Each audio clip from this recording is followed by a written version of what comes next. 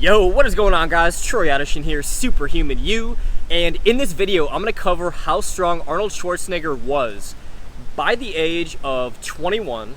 Then we're going to get into how strong he was at the maximum point of his career.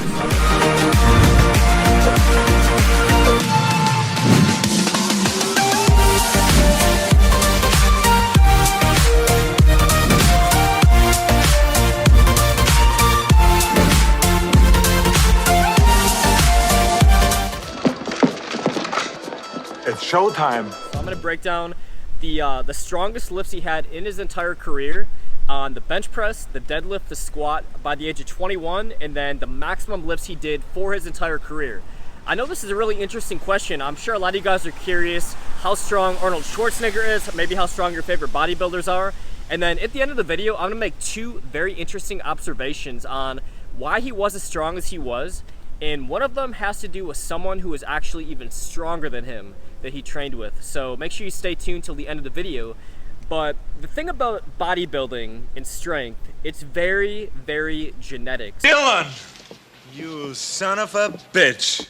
So not only do I want to talk about his maximum lifts on the bench press, the squat, and the deadlift, I'm going to give you guys my just like no BS estimate on, even if you're not naturally strong, say you're an ectomorph, how strong you can get naturally in about 5 years. Because by the age of 21, Arnold Schwarzenegger had about 5 years of training under his belt. So his max lift on the squat, bench press, and deadlift, even though it was by the age of 21, it was still after about 5 years of consistent and hard training on those compound lifts. So by the age of 21, Arnold Schwarzenegger had a bench press of 440 total pounds. So think about this. You're on the bench press, that is 4 45s on each side, and then like a 10 and a 5 and a 2.5. That is a lot of weight. What you been feeding this thing?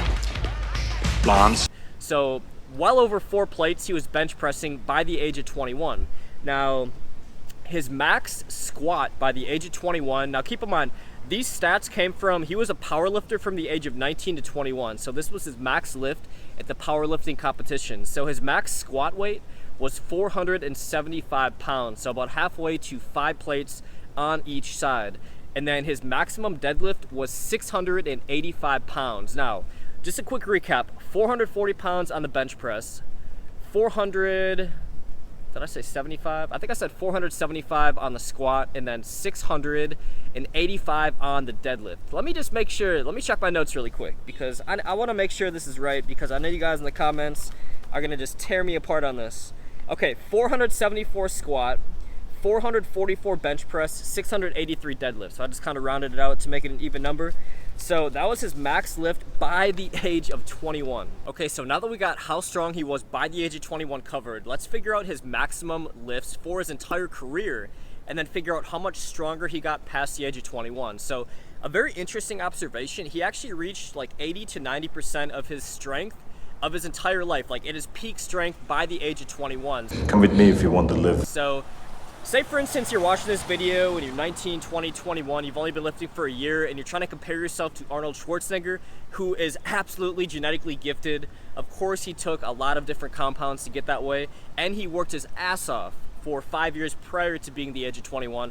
Don't even bother comparing yourself. I'm going to get into the very last thing of this video. I'm going to get into how strong I think you can get with 5 years of consistent training on all these compound lifts under your belt.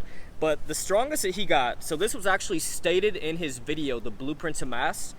So he said the heaviest squat that he ever did was 545 pounds. Heaviest bench press was 500, and heaviest deadlift of his career was 710 pounds. He was also famous for curling. So I know a lot of you guys were making fun of my cheat curls in my results of training arms every day. Grant me revenge. And if you do not listen, then the hell with you. But there's a lot of science behind cheat curls, and Arnold Schwarzenegger himself loved doing cheat curls. The only thing is he would go down real slow on the eccentric portion and really build up those monster biceps. So cheat curls, he did 250 to 275 pounds for reps. That is a ton of weight to be cheat curling. So obviously from a genetic structure, like I could lift weights and do cheat curls and train like this for 30 years straight, and like theoretically speaking, like not even age in my joints. And like if you just look at my bone structure, I don't have the bone structure to ever support curling 250 to 275 pounds. So when I talk about bodybuilding and strength being very genetic, I mean your bone structure is predetermined from when you were born. So a good way to kind of tell how strong naturally you can get is just how big your ankles and your wrists are. So everyone has a different bone structure. Typically ectomorphs have smaller wrists. Like you can even tell, like I put on a lot of size for my frame throughout the course of my life, but I'm still an ectomorph, and you can tell when you look at my wrist. So Arnold Schwarzenegger and the really strong guys that I've met, I paid attention to like how big their wrists are, and they all had those really big wrists. So I attribute his incredible strength to 3 different factors, and guess what? 2 out of the 3 factors are things that you guys could do as well. So number 1, obviously, it has to be stated, genetics. The guy has great bone structure. That sounds kind of weird to say. You know who I am? I've seen you before. You're the asshole on TV. He has great bone structure in terms of bodybuilding, like his wrists. You can just tell looking at his build, his muscle bellies. The really interesting thing about Arnold and why I think that his physique is so respected is he's one of the only guys, in fact, he's the only Mr. Olympia winner over 6 feet tall. If you look at most guys who are very, very strong, they're like 5'5" to 5'10" range. I believe he's 6'2", and you can just tell most taller guys, they don't have those full muscle bellies. He has those very full muscle bellies. Also, The Rock has that same kind of build. So factor number 1, of course, is genetics. Now, factor number 2, his training partner. Did you guys know that Arnold Schwarzenegger's training partner, Franco Columbu, was actually much stronger than him? And this is one thing that I'm really going to start doing. Sorry guys, I'm getting attacked by mosquitoes out here. This is one thing that I'm really going to start doing because I noticed the best workouts in my entire life, they've always been with guys who are a little bit stronger than me. And just being around people who are stronger than you, who are, even like growing up, when I used to play basketball, just being around basketball players who are much better than me, I always played at a much different level versus players that I was much better than myself. So always surround yourself with people who are better than you, people who are stronger than you, and that's without a doubt the best way to reach your potential in anything. That's why it's so important just to even like have a mentor with whatever you're doing who's reached a level that you are trying to aspire to get to. Now, Franco Columbu was much shorter, and he had these lifts at under 200 pounds, guys. Keep in mind, when I read off Arnold Schwarzenegger's maximum lifts, he was a good 235, 240 pounds. Franco Columbu was less than 200 pounds and had a 665 pound squat, a 525 pound bench press, and a 750 pound deadlift. That's insane. Like a 665 pound squat, that's like over 3 times his body weight. So just the fact that Arnold Schwarzenegger was extremely gifted himself and he had a training partner that was stronger than him, definitely a major catalyst to him reaching superhuman strength. And then factor number 3, 5 straight years of meticulous compound exercising.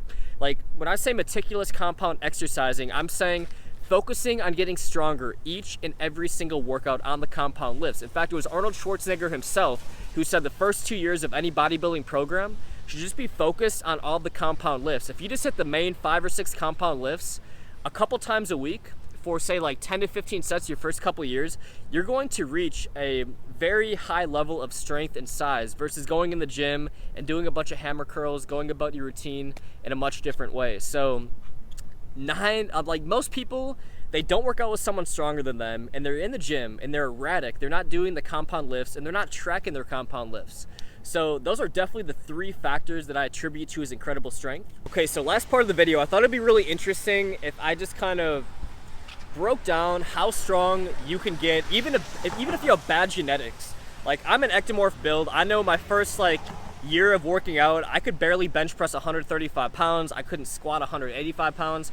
So I'm gonna give you this guesstimate based off of my personal experience and me not having the best strength genetics. Let's kick some ice. Now I'm gonna do a completely separate video on genetics because it's so interesting to me because there's so many different genetic factors that go into this. You can be very gifted strength-wise genetically, but you can have terrible genetic aesthetics. So what I mean by this is you might have a really thick waist, you might have narrow shoulders, but you might be able to squat, deadlift, and bench a ton of weight. So just because you're not the strongest guy in the world doesn't mean you don't have amazing genetics, because like 99.9% of guys are only working out to look a certain way, to look really ripped and to have a great physique. Like I can guarantee you, like Brad Pitt and Ryan Reynolds, the different Hollywood actors who've been known for having a really great physique, they are not genetically strong guys. I guarantee you, most of those guys cannot squat and deadlift more than 300 pounds. I guarantee you they're not repping 225 on the bench press for a lot of reps. So don't be frustrated if you're not anywhere near these numbers, because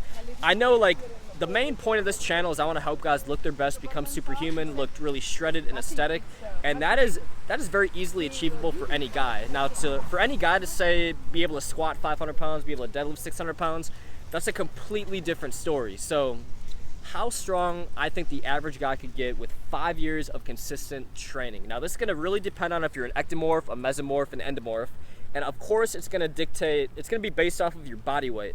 But for an ectomorph, so I'm going to do this video solely for people who I would say are the lowest end of the totem pole as far as strength. I would say on the bench press, you should be able to bench press about 1.5 times your weight, at the very least, with 5 years of consistent training. So say, for instance, you're 200 pounds. I think you should be able to max out on the bench press at the very worst case scenario at 300 pounds with 5 years of consistent training. Now, that number could go all the way up to 2 times your body weight. There's a lot of genetic factors that go into strength, like how long your arms are. We already talked about the wrist thing, just your overall bone structure. But I would say a good guesstimate is 1.5 times your body weight. Now for squat, this is a tough one because, once again, a lot of bone structure and height, weight elements. But for squat, 5 years of just hitting the compound exercises, hitting the squats, I would say for instance you're a 200-pound ectomorph. After 5 years of training, I think you should be able to do about 1.75. So if you're 200 pounds, I think you should be able to squat about 350 pounds. That's so not quite twice your body weight, but just under it. I think that's a good guesstimate right there. And then last but not least, deadlift. Now, deadlift, I think you should be strongest on the deadlift versus all the other lifts. I would say if you're a 200-pound ectomorph, you should be able to deadlift about 2.25 times your body weight after 5 years of training. So 200 pounds, that'd be, I think, 450 pounds or so.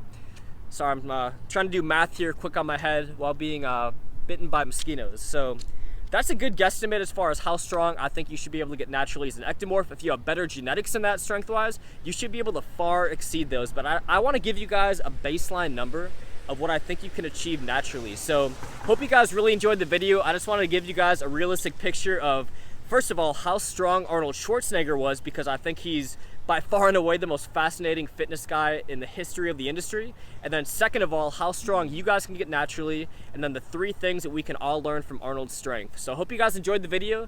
Make sure to subscribe, and I will see you guys on the next video.